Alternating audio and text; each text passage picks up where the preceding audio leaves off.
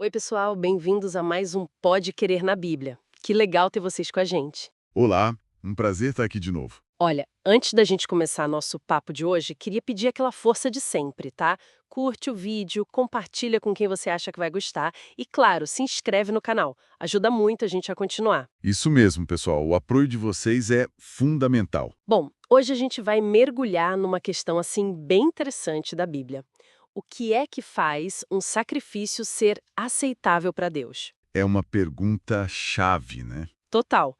Porque às vezes a gente lê e vê Deus rejeitando rituais que ele mesmo tinha pedido antes, né?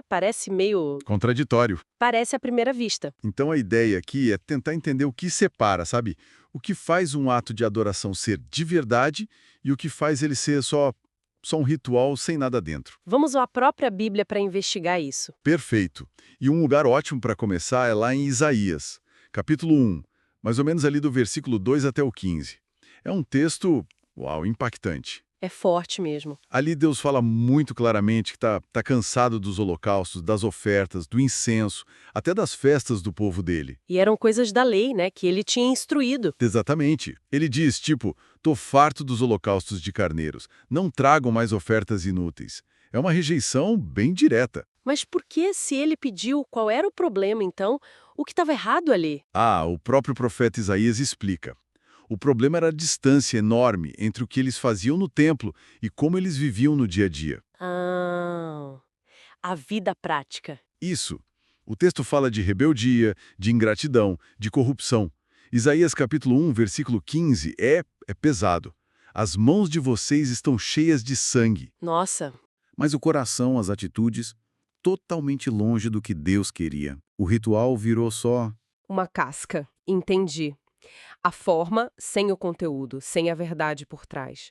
Mas o próprio Isaías também mostra o contrário, né? Mostra, sim? Eu lembro de ter lido, acho que em Isaías capítulo 56, versículos 6 e 7, que Deus aceitaria os sacrifícios até de estrangeiros, desde que eles se unissem a Ele para o servir, para amar o nome dEle, guardassem o sábado, se apegassem à aliança. Exatamente. Ou seja, a aceitação não era pelo ritual em si, mas pela relação.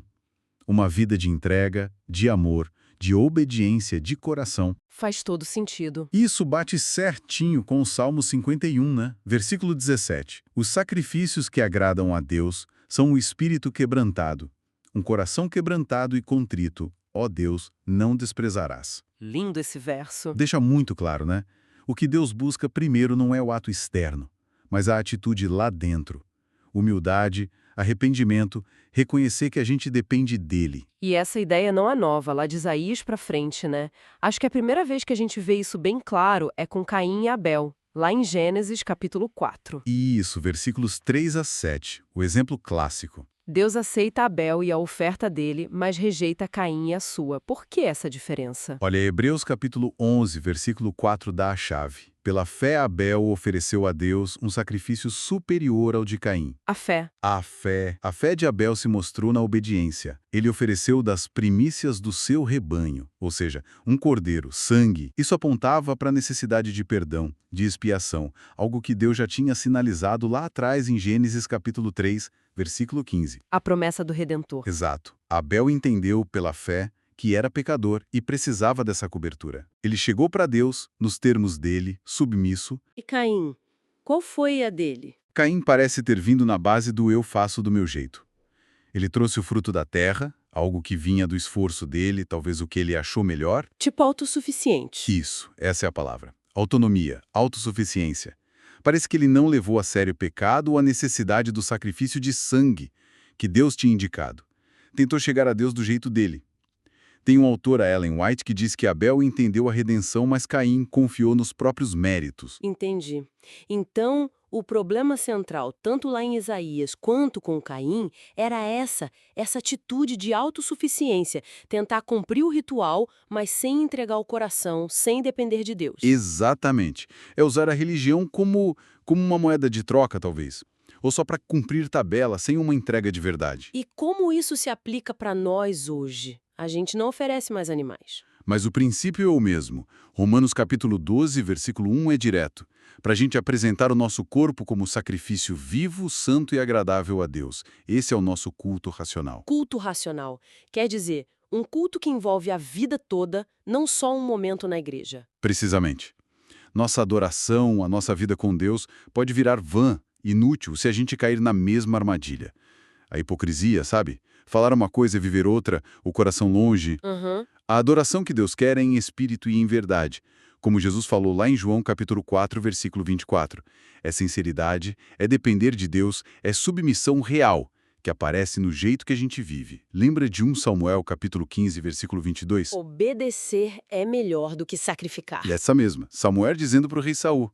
Resume tudo, né? Resume mesmo. No fim das contas, o que Deus valoriza mais que tudo não é o ritual por fora, mas a obediência que nasce da fé de um coração que se entregou a Ele. O nosso sacrifício hoje é a nossa vida inteira, respondendo ao que Cristo fez por nós. Perfeito. E isso deixa a gente com uma pergunta para pensar, né? Qual?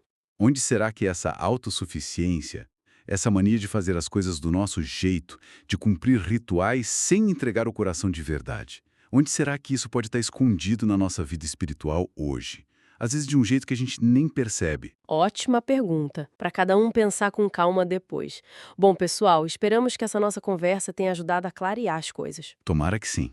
Conta pra gente aqui nos comentários se foi útil pra você, se abriu sua mente pra algo novo e não esquece, deixa o like, compartilha o vídeo e se inscreve no Pode Crer na Bíblia. Isso ajuda demais a espalhar essa mensagem. Muito obrigada pela companhia e até a próxima. Até mais, gente.